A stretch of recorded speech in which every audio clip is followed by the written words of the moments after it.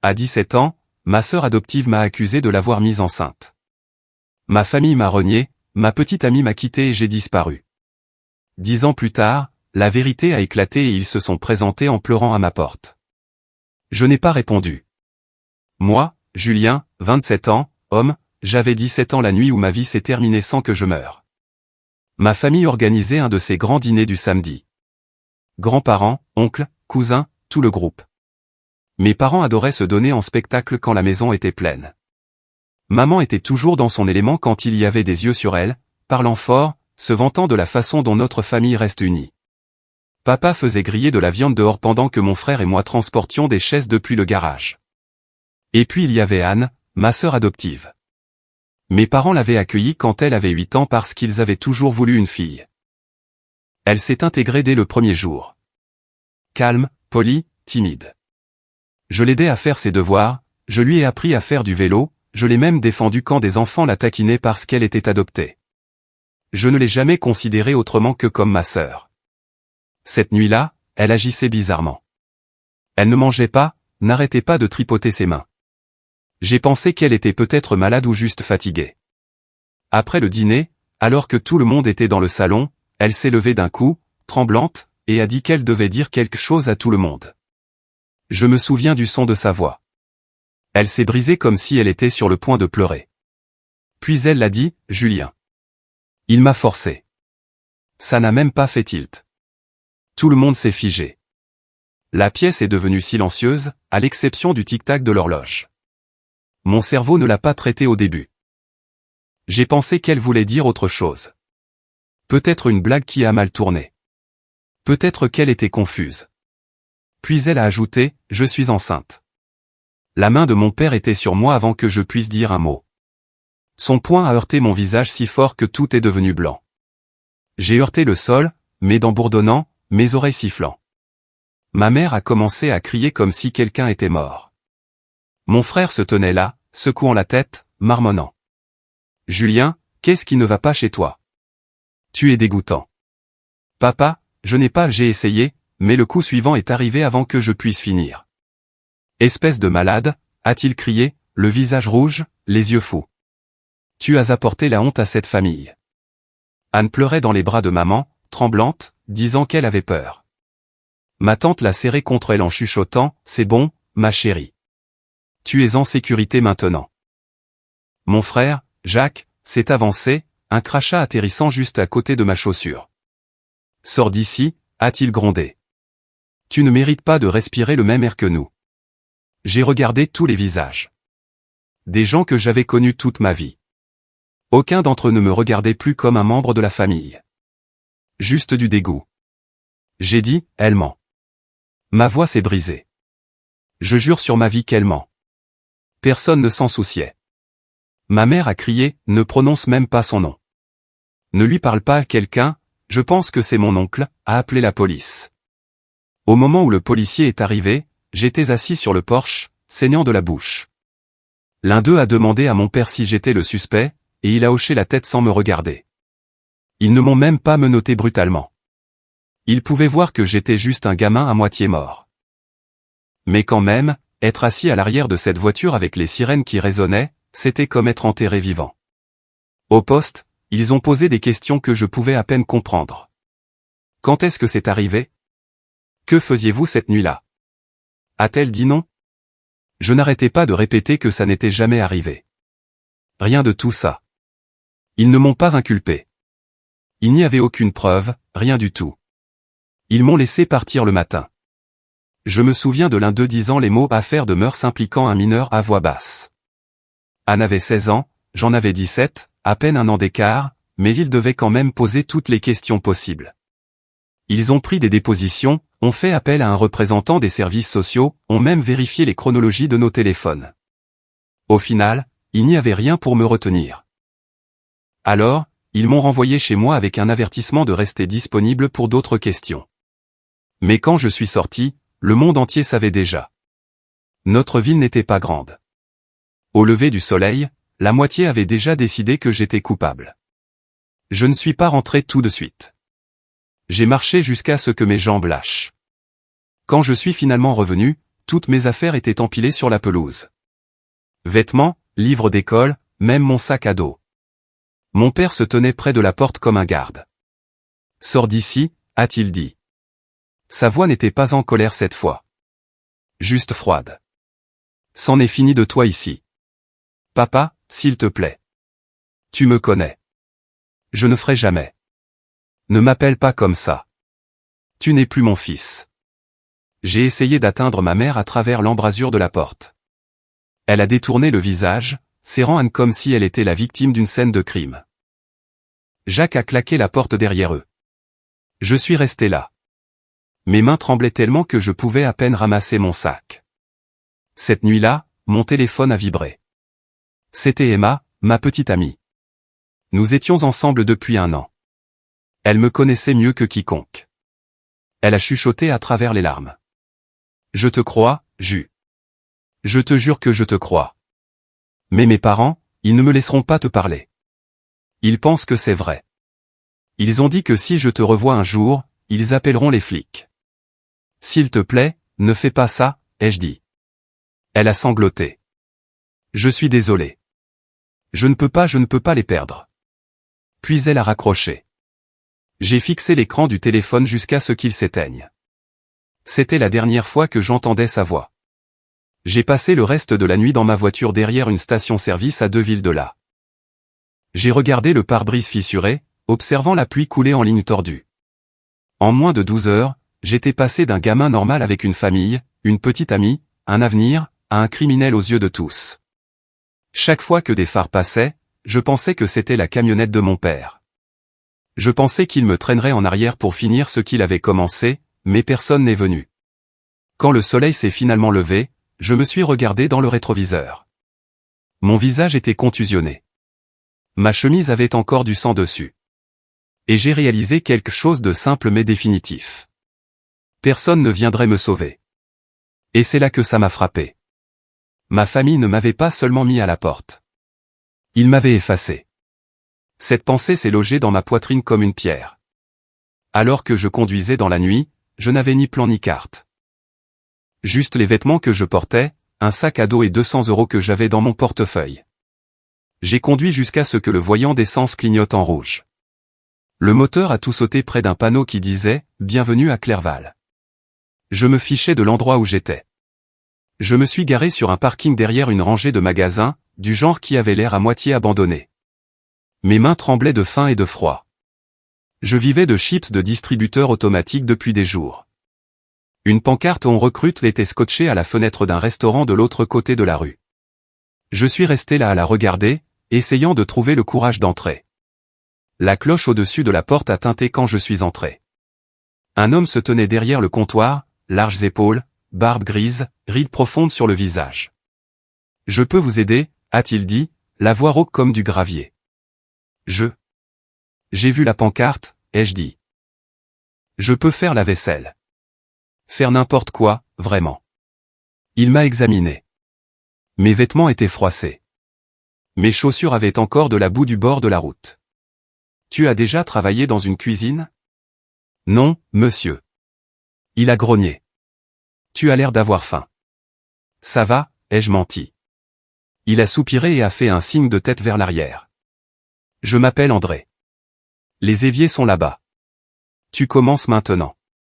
Tu auras un repas après ton service. C'était tout. Pas de questions, pas de paperasse, juste du travail. La cuisine était petite, bruyante et chaude. J'ai frotté des assiettes et des casseroles jusqu'à ce que mes mains soient à vif. Le premier repas qu'André m'a donné était un demi-hamburger et des frites d'un client qui n'avait pas fini. Je m'en fichais. Je les dévorais comme si je n'avais pas mangé depuis des semaines. À l'heure de la fermeture, j'ai essayé de lui rendre l'assiette, en disant que je trouverais un endroit où dormir.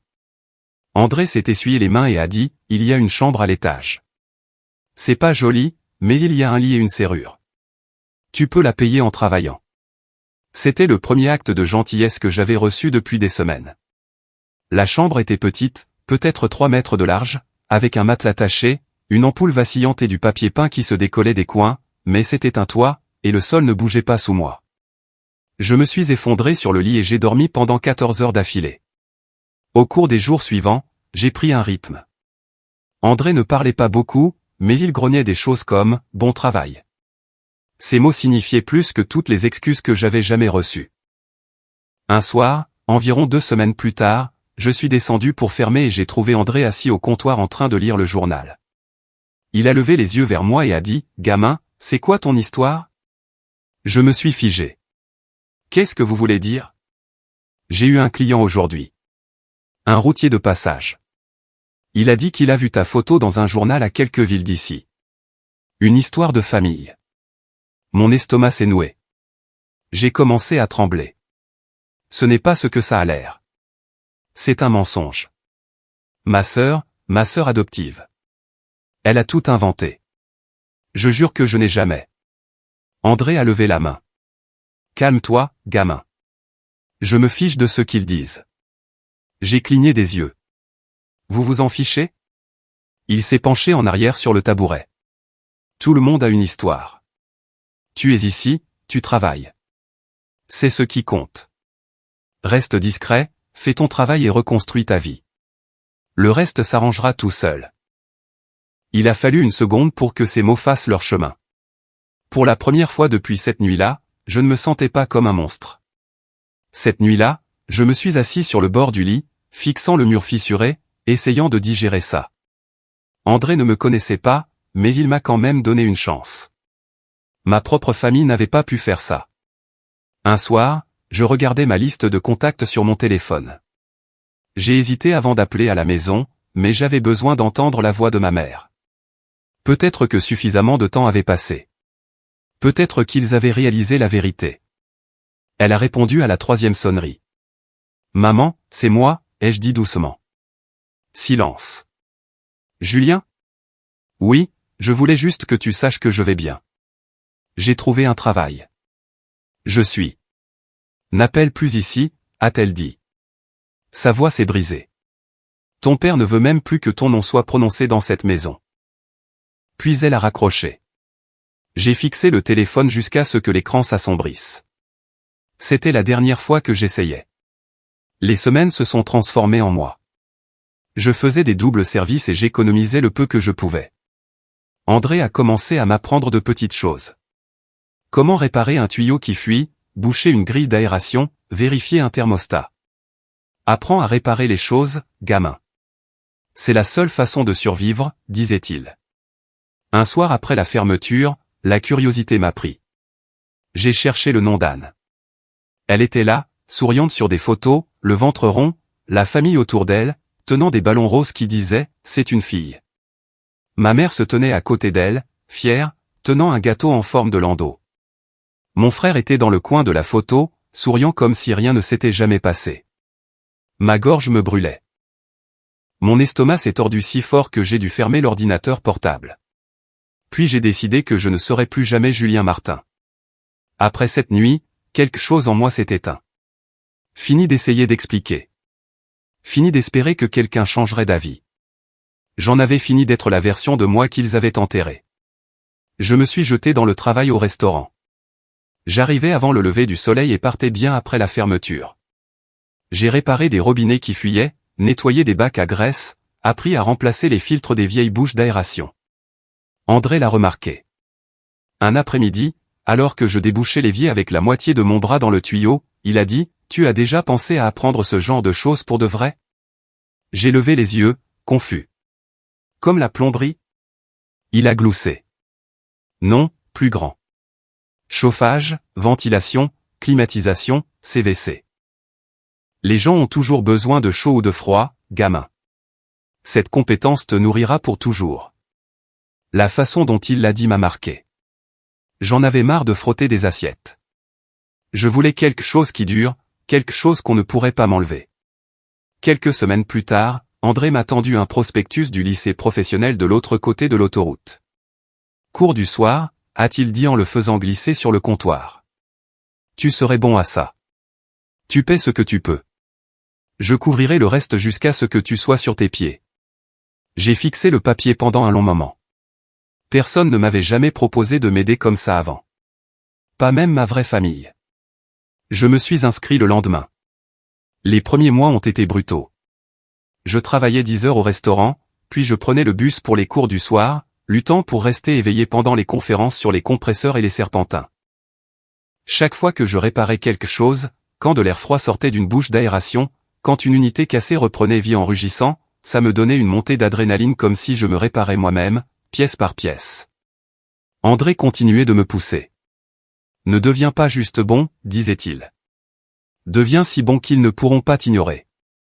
Au moment où j'ai obtenu mon diplôme d'études secondaires, j'étais déjà à mi-parcours du programme CVC. J'ai commencé à faire de petits travaux de réparation à côté.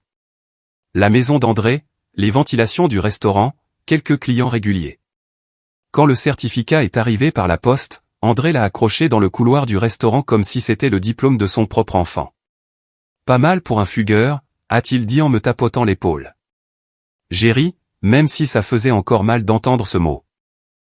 Avec l'aide d'André, j'ai économisé assez pour acheter une camionnette d'occasion et un jeu d'outils de seconde main.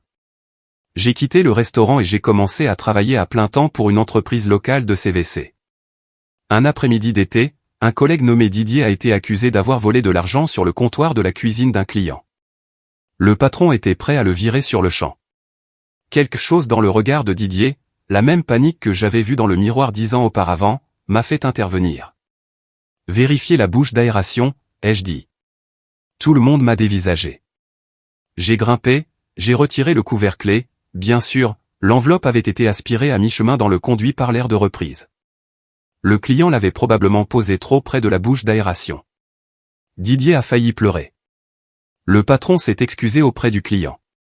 Après, Didier m'a serré la main comme si je lui avais sauvé la vie. André en a entendu parler par un fournisseur et m'a appelé ce soir-là.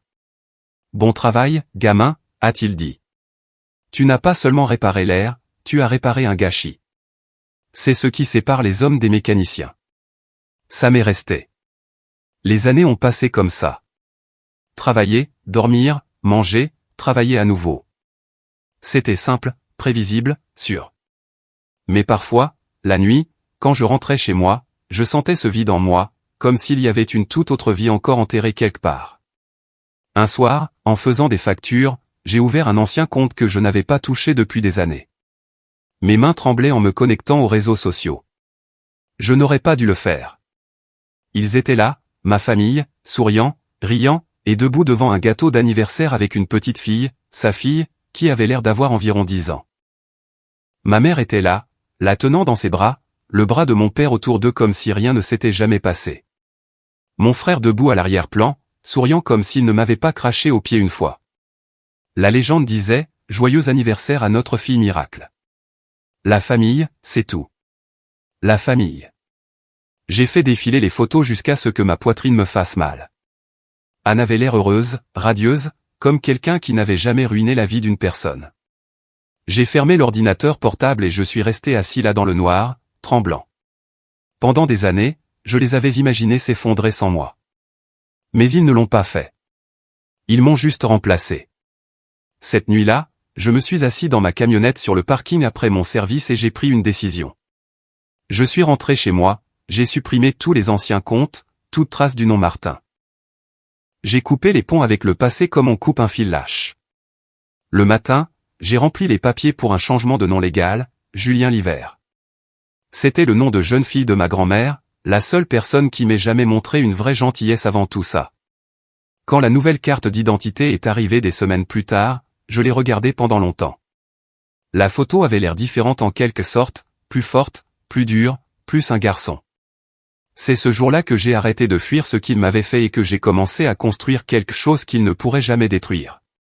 10 ans plus tard, j'avais ma propre entreprise, Liver Chauffage et Climatisation. Juste quelques camionnettes, 3 employés et une liste stable de clients qui faisaient confiance à mon travail. Nous n'étions pas luxueux, mais nous étions fiables. La vie s'était enfin stabilisée. C'était au début de l'été quand tout a de nouveau volé en éclats. Je réparais une vieille unité de climatisation derrière une boulangerie, la sueur coulant dans mon dos, quand mon téléphone a commencé à vibrer sans arrêt dans ma poche. Numéro inconnu, indicatif de ma ville natale.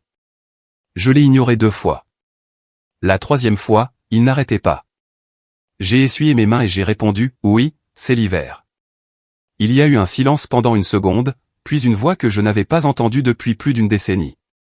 Julien. Ma poitrine s'est serrée. Qui est-ce? C'est moi, Emma. Je me suis figé une seconde. Tout autour de moi.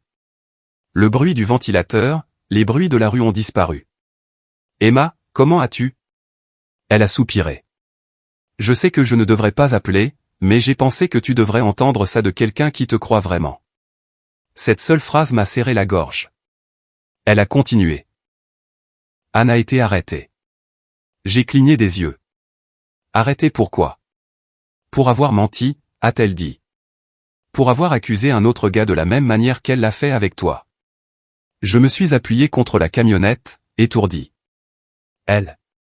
Quoi? Le gars qu'elle a accusé cette fois s'est défendu. Il a pris un avocat. Tout ça. Il s'avère qu'elle a encore inventé toute l'histoire. Et pendant l'enquête, elle a avoué pour la première fois. Pour toi. Elle a dit qu'elle avait menti à l'époque aussi. Les mots m'ont frappé comme un coup de masse. J'avais imaginé entendre quelque chose comme ça pendant des années, mais ça ne me faisait pas l'effet que je pensais. Il n'y avait pas de soulagement, juste du silence. Emma a continué à parler, sa voix tremblante. Elle a dit à la police qu'elle était tombée enceinte après une aventure d'un soir avec un dealer local nommé Vincent. Il a disparu quand elle le lui a dit. Elle a paniqué et t'a accusé parce que tu étais là et que tout le monde la croyait. Julien, ils ont innocenté ton nom. Officiellement. Je ne pouvais pas parler. Maintenant le téléphone était engourdi. Elle a hésité. Je voulais juste que tu le saches. Je suis désolé que ça ait pris autant de temps. Merci, ai-je finalement dit, la voix basse. Avant que je puisse en dire plus, elle a chuchoté, je suis mariée maintenant. Des enfants, mais je n'ai jamais oublié ce qu'ils t'ont fait. J'ai souri faiblement, bien qu'elle ne puisse pas le voir. Tu as été la seule à me croire, Emma. Tu n'as pas à te sentir mal pour ça. Nous avons parlé encore une minute, maladroitement, mais doucement. Puis elle a dit au revoir, et c'était tout. Je suis resté assis dans la camionnette pendant près d'une heure après, fixant le volant. Je ne savais pas si je voulais crier, pleurer ou rire. Mon nom était innocenté, mais 10 ans trop tard. Le matin, les appels ont commencé. Numéro privé, puis email. La boîte de réception de mon entreprise en a même reçu un avec pour objet, s'il te plaît, rappelle-nous. La curiosité l'a emporté une fois. J'ai répondu à un numéro que je ne reconnaissais pas. Julien, a dit une voix tremblante. J'ai immédiatement reconnu cette voix, ma mère. Ne raccroche pas, s'il te plaît, a-t-elle dit rapidement. Anne a tout dit à la police. Nous ne savions pas, j'ai raccroché. Ils ne savaient pas. Ils ne se souciaient pas de savoir. Plus tard cette semaine-là, un journal local m'a contacté pour une déclaration. Je n'ai rien dit. Les gros titres ou la pitié ne m'intéressaient pas. Je voulais quelque chose de mieux. Le silence. Mais le silence n'a pas duré. Mon frère m'a ensuite envoyé un email disant qu'il avait été jeune et stupide et qu'il espérait que nous pourrions recommencer à zéro. Mon père a laissé un message vocal. Nous voulons juste te voir, mon fils. Nous avons fait des erreurs. Des erreurs. Les erreurs, c'est quand on oublie l'anniversaire de quelqu'un. Ce qu'ils ont fait était un choix. Alors, au lieu de répondre, j'ai écrit des lettres. Pas le genre qu'ils attendaient. Pas de pardon, pas de mots doux, juste la vérité. Je leur ai parlé de chaque nuit où j'ai dormi dans ma voiture, grelottant. De la chambre moisie au-dessus du restaurant. D'André, l'étranger qui m'a donné un abri quand ma propre famille m'a jeté dehors. Je leur ai dit ce que ça faisait de brûler ma carte d'étudiant parce que leur nom me rendait malade. Ce que ça faisait de voir des photos d'eux souriant autour d'Anne et de sa fille pendant que je lavais des casseroles pleines de graisse pour des restes. Je leur ai dit qu'ils n'avaient pas seulement ruiné ma réputation. Ils ont tué mon foyer, ma confiance, et chaque parcelle de paix qui me restait peut-être. J'ai terminé chaque lettre de la même manière. Vous ne m'avez pas cru quand j'ai dit la vérité. Maintenant, vous pouvez vivre avec. Je ne les ai jamais postées. J'ai juste empilé les lettres dans une boîte à chaussures et les ai laissées dans le tiroir de mon bureau. Cette nuit-là, alors que j'étais assis dans mon atelier à passer en revue les factures, j'ai regardé autour de moi, les outils, les camionnettes, le nom de l'entreprise peint sur les murs, tout construit de mes propres mains. Tout ce que j'avais perdu était parti pour de bon. Mais tout ce que j'avais construit ne pouvait pas m'être enlevé. Pour la première fois depuis des années, je ne me sentais pas effacé. Je me sentais réécrit. Pas par eux, mais par moi. Mais la paix ne reste pas tranquille longtemps. Une fois que la vérité sur Anne s'est répandue en ville, les mêmes personnes qui m'avaient rejeté se sont soudainement souvenues que j'existais. Ça a commencé par un coup à la porte de mon bureau un après-midi. Je réparais un thermostat sur mon bureau quand j'ai entendu quelqu'un appeler mon nom, Julien. Je me suis figé. Je me suis retourné et elle était là, ma mère. Elle avait l'air plus petite, plus vieille, comme si quelqu'un lui avait vidé de sa vie. Ses cheveux étaient gris aux racines, ses mains tremblaient alors qu'elle tenait un plat à gratin couvert de papier d'aluminium. « J'ai fait ton plat préféré », a-t-elle dit doucement. « Poulet et riz. Tu adorais ça. » Pendant une seconde, je n'ai pas pu bouger. L'odeur m'a frappé et mon estomac s'est tordu. Je me suis souvenu de la dernière fois qu'elle l'avait cuisiné. La nuit avant que tout n'explose. Je me suis levé lentement. « Pourquoi es-tu ici ?» Les larmes ont rempli ses yeux. « Je veux juste te voir. Pour te dire pardon. Nous avions tort. Anne a menti. Nous le savons maintenant. » Je me suis appuyé contre le comptoir. « Tu as 10 ans de retard. » Elle s'est essuyé le nez. Je ne savais pas quoi croire à l'époque. Elle pleurait et ton père. Je l'ai interrompu. Tu ne m'as même pas demandé. Tu ne m'as pas laissé parler. Tu m'as mis à la porte et tu m'as dit de ne plus jamais appeler. Elle s'est approchée. S'il te plaît, Jus. Ne m'appelle pas comme ça, ai-je claqué. Tu as perdu ce droit. Elle a tressailli comme si les mots l'avaient frappée physiquement. J'ai montré la porte du doigt. Tu devrais partir. Elle a hésité, posant le plat sur le comptoir. Au moins, mange ça, s'il te plaît. Je l'ai regardé fixement. Jette-le en partant. Quand la porte s'est refermée derrière elle, je n'ai rien ressenti. Pas de colère, pas de tristesse, juste rien. 2 jours plus tard, mon père est arrivé. J'étais en intervention quand je l'ai vu attendre devant le bureau, appuyé contre sa camionnette comme s'il était chez lui. Il a souri comme si nous venions d'avoir une dispute ordinaire il y a des années. « Salut, mon fils. » Je n'ai pas répondu. « Tu t'en es bien sorti » a-t-il dit en regardant autour de lui. L'entreprise, les camionnettes, les employés. Je suis fier de toi. Va droit au but, ai-je dit. Il a contracté sa mâchoire. Ta mère ne va pas bien. Elle pleure tous les jours. J'ai pensé que si nous nous asseyions tous ensemble, pour mettre les choses au clair. Mettre les choses au clair? J'ai presque ri. Tu m'as battu et jeté dehors. Tu m'as laissé sans abri. Tu as mis les choses au clair cette nuit-là quand tu m'as dit que je n'étais pas ton fils. Il a soupiré, frustré. J'étais en colère. Tu dois comprendre. C'était une autre époque. Les choses avaient l'air graves.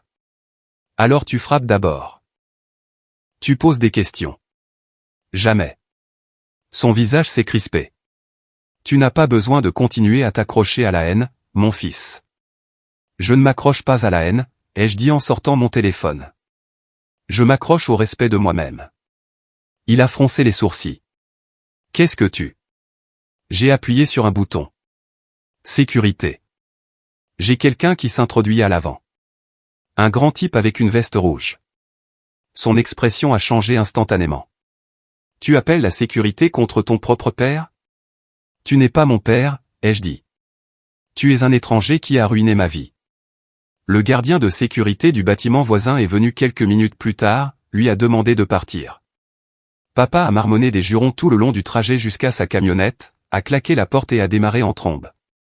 Quand le silence est revenu, je suis juste resté assis à mon bureau, fixant l'endroit même où il s'était tenu. Pendant ce temps, des bribes de ragots me parvenaient par d'anciens contacts. Ma famille s'effondrait. Papa avait perdu son emploi à l'usine après avoir crié sur un superviseur. On disait qu'il avait failli se faire arrêter pour ça. Maman quittait à peine la maison. Les voisins disaient qu'elle était malade et plus elle-même. La femme de mon frère avait pris leurs enfants et emménagé chez ses parents après avoir découvert ce qui s'était passé des années auparavant. Tout ce qu'ils avaient construit, toute illusion d'être la famille parfaite se fissurait. Les gens aiment dire que le karma prend son temps. Je dirais qu'il est arrivé juste à temps. Un après-midi, mon employé, Kevin, est entré dans le bureau avec une petite boîte. « Salut patron, ça traînait devant la porte », a-t-il dit. À l'intérieur, il y avait des lettres, des dizaines, mon nom, Julien Martin, écrit sur chacune d'une écriture tremblante. Pas d'adresse de retour. Je n'ai pas eu besoin de les ouvrir pour savoir de qui elles provenaient. Ma mère avait toujours été théâtrale avec son écriture. J'ai porté la boîte dans l'arrière-salle, je l'ai posée sur une étagère au-dessus des bacs de rangement et je suis parti. Cette nuit-là, j'étais assis dans mon bureau, et j'ai levé les yeux vers la fenêtre où se trouvaient ces lettres. J'ai pensé à tous les mots à l'intérieur, probablement des excuses, des justifications, peut-être des versets bibliques sur le pardon. Mais le pardon est un luxe pour les gens qui n'ont pas passé des nuits à dormir dans leur voiture en se demandant pourquoi personne ne les croyait. Je ne voulais pas de conclusion. Je voulais de la distance. Alors, j'ai laissé les lettres scellées. Toutes sans exception. Je les ai gardées dans cette boîte, sous clé. Ils voulaient le pardon parce que ça les faisait se sentir plus légers. Pas parce qu'ils le méritaient. Ils ne voulaient pas de moi. Ils voulaient la rédemption. Et je ne la leur donnais pas. J'ai levé les yeux au ciel et j'ai marmonné pour moi-même. Ils m'ont effacé une fois. Maintenant, je les efface pour toujours. Je pensais que c'était tout. La fin. Mais le passé a une façon de trouver des fissures pour s'y glisser. C'était 3 mois plus tard quand j'ai reçu la lettre. Enveloppe blanche unie, pas d'adresse de retour. À l'intérieur, une seule feuille de papier. Anne Dubois demande à vous rencontrer au centre pénitentiaire de Rochebrune. Pendant un long moment, je l'ai juste fixé. Son nom avait l'air déplacé sur le papier, comme s'il n'appartenait plus à ma vie. Je l'ai jeté à la poubelle, puis je l'ai ressorti, puis je l'ai rejeté. Mais l'idée est restée.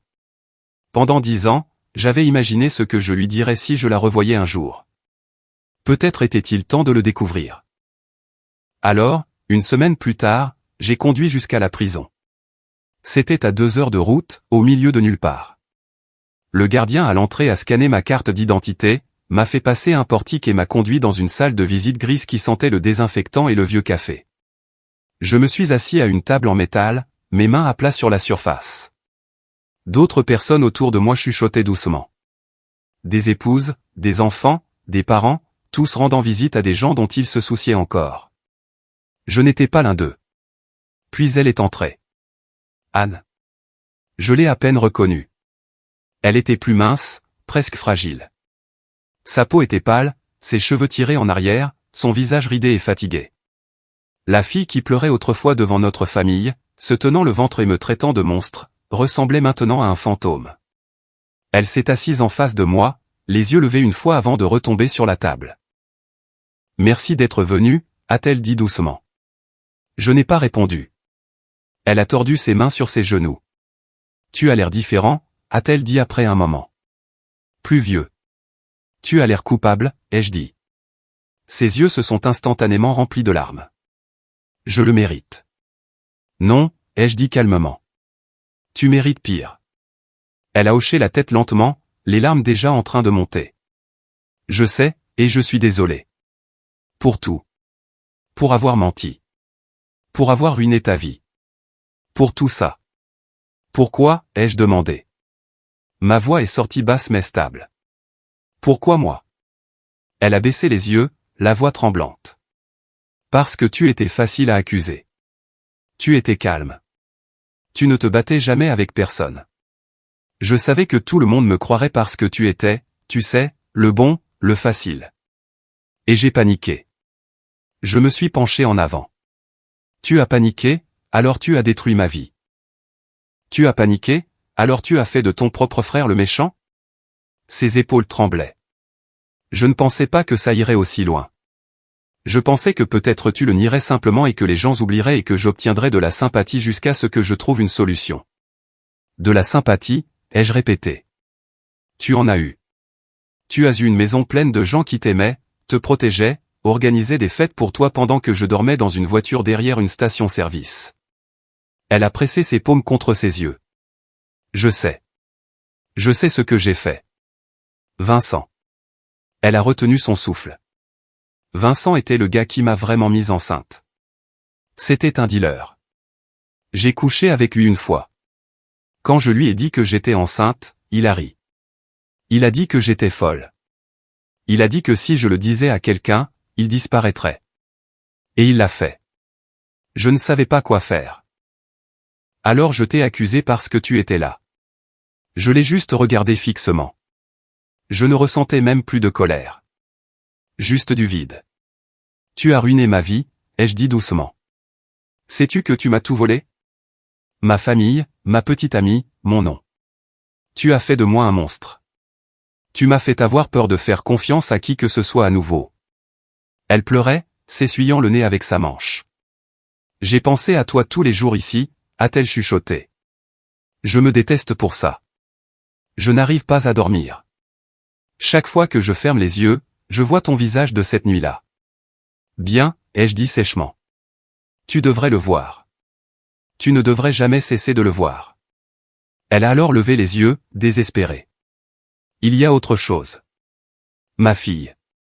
Ils ne lui ont jamais dit la vérité. Anne a dit, maman a dit que ça l'embrouillerait de changer l'histoire. Alors, elle pense toujours que c'est toi. Je l'ai regardée, stupéfait, même après que tout soit sorti. Elle a hoché la tête faiblement. Ils ont dit qu'elle est trop jeune pour comprendre et qu'admettre qu'ils avaient tort ne ferait que rouvrir de vieilles blessures. Ils préfèrent garder le mensonge plutôt que d'affronter ce qu'ils ont fait. Elle pose des questions sur toi parfois. Anne a dit qu'elle a vu ta photo. Des anciennes, d'avant tout ça. Elle se demande pourquoi tu n'es jamais venu. Ça m'a frappé plus fort que tout le reste, a-t-elle dit. Quelque part, il y avait une enfant, pas la mienne, qui se promenait en croyant au même mensonge qui m'a détruit. Je me suis levé, ma chaise raclant le sol. Quelques personnes se sont tournées pour regarder.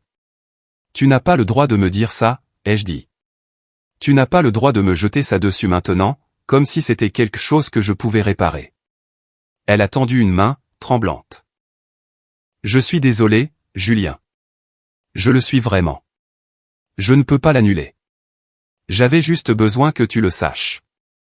Je l'ai regardé et je n'ai rien ressenti. Pas de soulagement, pas de conclusion, juste la fin de quelque chose. Tu m'as pris 10 ans, ai-je dit doucement. J'espère que tu ne dormiras plus jamais en paix. Elle pleurait fort maintenant, s'étouffant avec ses mots. Je le mérite, a-t-elle dit. Tout. Je me suis penché légèrement, j'ai croisé son regard une dernière fois. C'est vrai. Puis je me suis retourné et je suis parti. Les gardiens n'ont pas dit un mot en ouvrant la porte. Je suis monté dans ma camionnette et je suis resté assis là, les mains agrippées au volant, fixant la clôture devant moi. Je pensais que je me sentirais libre après l'avoir vue, comme si j'avais gagné en quelque sorte. Mais ce n'était pas le cas. Il n'y avait pas de victoire là-dedans. Juste de l'épuisement. Certaines choses ne se réparent pas quand la vérité finit par éclater. Certaines choses restent fissurées même quand on arrête de s'en soucier. Mais en démarrant le moteur et en m'éloignant, j'ai réalisé quelque chose. Partir, ne pas pardonner, ne pas exploser, juste partir. C'était sa propre forme de pouvoir. Pour la première fois, je ne me sentais pas effacé. Je me sentais fini. Une année s'est écoulée après cette visite à la prison et la vie s'est installée dans quelque chose qui avait enfin un sens. J'ai vendu ma vieille petite maison et j'en ai acheté une nouvelle, décente, juste à l'extérieur de la ville. 3 chambres, jardin clôturé, rien de luxueux, mais c'était à moi. Chaque mur, chaque clou payé avec le travail que j'avais gagné moi-même. Puis il y a eu Rachel. Je l'ai rencontrée par l'un de mes clients. Elle était graphiste et était venue pour refaire le logo de l'entreprise. Je n'avais pas l'intention de sortir avec quelqu'un, mais elle avait ce calme en elle. Elle ne posait pas trop de questions sur mon passé, disait juste, quoi que ce soit, tu n'es plus ce type. Nous étions ensemble depuis 1 an maintenant. Elle a emménagé avec son chat et j'ai adopté un chien de refuge nommé Edgar. À nous 3, la maison s'est enfin sentie vivante. Le travail, Rachel, Edgar, la paix. Puis un matin, une enveloppe est arrivée par la poste sans adresse de retour. Mon estomac s'est noué. J'ai pensé que ce pourrait être une autre excuse de ma famille, mais quand je l'ai ouverte, le nom à l'intérieur m'a fait m'arrêter. David Chevalier. Le 2e homme qu'Anne avait accusé. Son écriture était nette et courte, allant droit au but. Monsieur Liver, je dépose une plainte au civil contre Anne pour diffamation et dommages moraux. Vous méritez aussi cette justice. Mon avocat dit que votre témoignage nous aiderait tous les deux. Si vous êtes intéressé, appelez-moi. Je l'ai lu 2 fois. Puis je l'ai appelé cet après-midi-là. Nous nous sommes rencontrés dans un café le lendemain. Il avait à peu près mon âge, peut-être quelques années de plus. Il m'a serré la main comme si nous nous connaissions depuis toujours. Ça fait bizarre, non? A-t-il dit, d'être connecté par quelque chose qui nous a tous les deux bousillés. Ouais, ai-je dit, mais je suppose que nous y avons tous les deux survécu. Nous avons passé 1 heure à tout discuter. Quand il m'a demandé si je voulais participer au procès, je n'ai pas hésité. J'en suis, ai-je dit. L'affaire a duré des mois, mais cette fois, je ne fuyais pas ou ne me cachais pas. Je me suis présenté au tribunal, je me suis assis en face d'Anne et j'ai dit la vérité, calme, stable, sans colère. Je ne les ai même pas regardés quand j'ai parlé.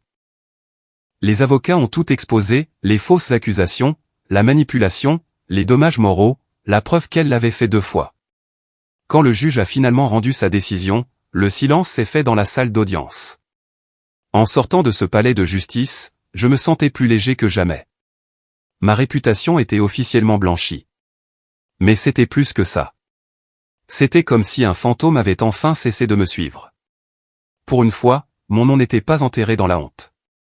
Il se tenait à côté de mots comme vérité, justice, réhabilitation. Puis le message vocal est arrivé. Il était tard, presque minuit. Je finissais des factures dans mon bureau quand mon téléphone a vibré. Numéro inconnu, indicatif de ma ville natale. J'ai failli l'ignorer, mais c'est allé sur la messagerie vocale et quelque chose m'a poussé à écouter. Mon fils, c'est papa. Je ne sais même pas si ce numéro est encore bon. Ta mère l'a trouvé en ligne. Je n'ai plus beaucoup de temps. Les médecins disent que c'est le cancer. Stade 4. Je ne veux rien. Je le jure. Je veux juste te voir une dernière fois avant qu'il ne soit trop tard. Le message s'est terminé par une longue pause, puis une respiration tremblante. S'il te plaît, je suis désolé. J'avais tort. S'il te plaît, mon fils. Je suis resté assis là 1 minute, fixant le téléphone.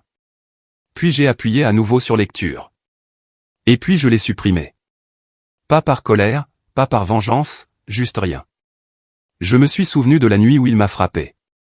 Le regard dans ses yeux, la façon dont il m'a dit que je n'étais plus son fils. Je me suis souvenu de dormir dans ma voiture derrière la station-service, goûtant le sang et la pluie. Il avait choisi sa vérité. Alors je choisissais la mienne maintenant. Je me suis chuchoté à moi-même. Ils m'ont jeté dans le froid 1 fois. Maintenant, je répare l'air des autres.